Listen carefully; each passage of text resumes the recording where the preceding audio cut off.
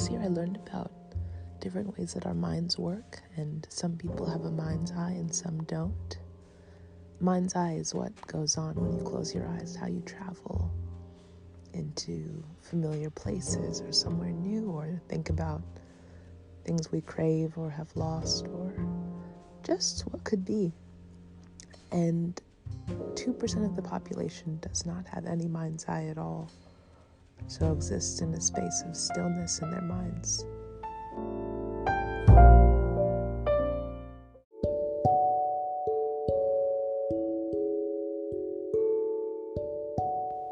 This is called aphantasia, which exists in contrast to hyperphantasia, or intense, vivid moments existing within the vision of our mind. And I've decided to make this because I love dreaming. Because I can't visualize during the day, at night is where my mind goes wild and runs free with fantasy and surrealism and magic and play and sex.